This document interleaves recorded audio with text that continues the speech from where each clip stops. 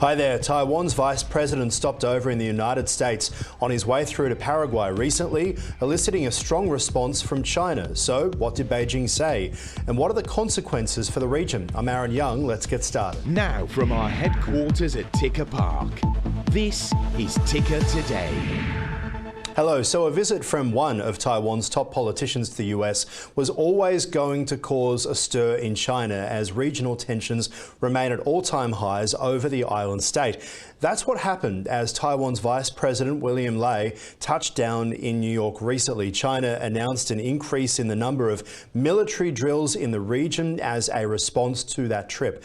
Taiwanese officials say the strategy is being used to intimidate voters in the island ahead of next year's elections as well.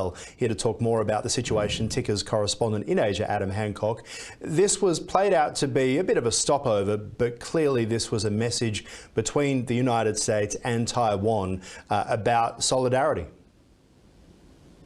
Absolutely, yeah. I mean, the US and Taipei, they don't actually have formal diplomatic relations, but this really is kind of a way around that. Basically, Taiwan only has a number of countries that formally recognize them, and they have embassies and relationships with, and a few of them are in South America. So quite often leaders from Taiwan, they make the trip to South America and they go via the US, and they basically transit for a couple of days in the United States, where they have some meetings, they hold some talks, and it's kind of a way of the US, as you said, showing support without actually showing support, if that makes sense. It's not doing anything that's going to totally annoy Beijing, but it is making a statement that, we are there with you. There's often crowds waiting for the politicians when they arrive. And of course, we've seen it the other way as well. We had Nancy Pelosi going to Taiwan last year, and well, I guess that's my point, if I could just jump in there, Adam, because this isn't like any normal stopover. This would feel to Beijing like an escalation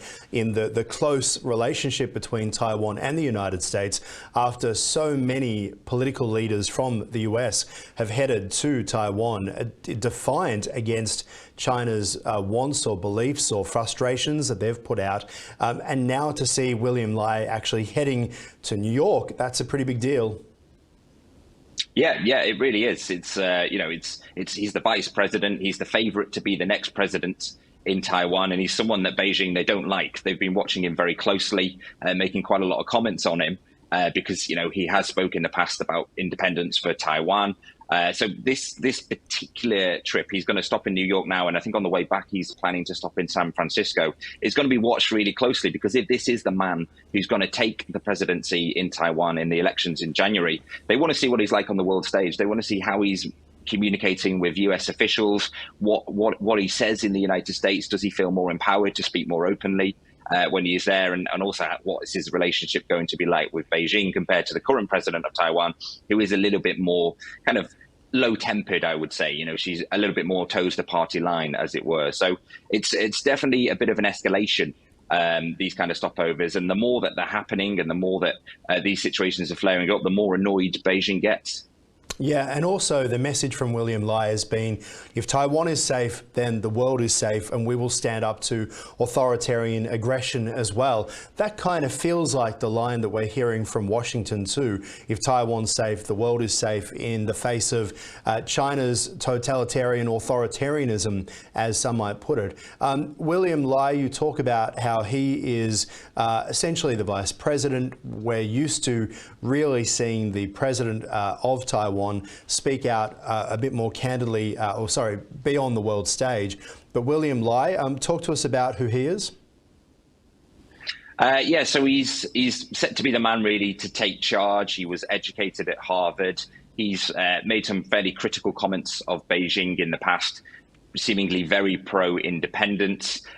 He's toned down a little bit since he's come into the front running really for the presidency in Taiwan.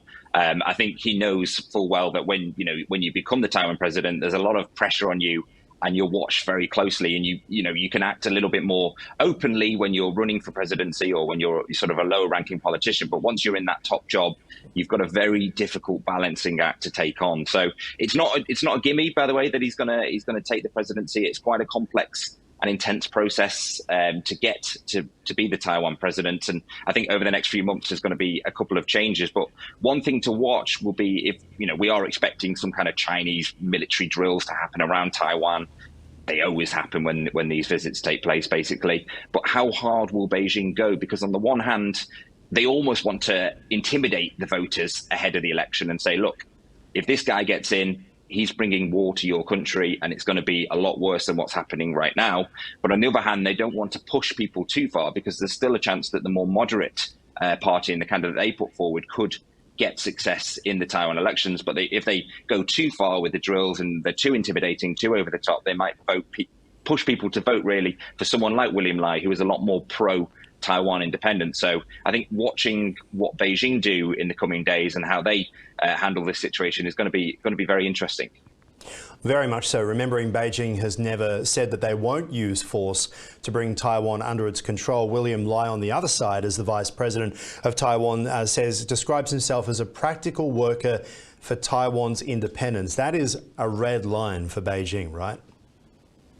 Yeah, that kind of comment will not go down well with Beijing at all. Remember, Beijing views Taiwan as its own, the ultimate goal, really. A lot of people think that, President Xi wants in his legacy that he will reunite China and Taiwan. A lot of the signs are pointing in the direction of some kind of Chinese action in the future, maybe even in the near future. So comments like this from lawmakers and potential future presidents, they don't go down well with Beijing. They don't like William Lai. They don't want him to become president. He's a problem for them. And, going to the United States twice, he's going to go there and the way back. That's not going to go down well with the Chinese government. Talk to us about the elections next year. What are we expecting? We're expecting a pretty close race, to be honest. It's crucial. It's always crucial, really, the Taiwan election campaigns. But this year is going to be even more intense.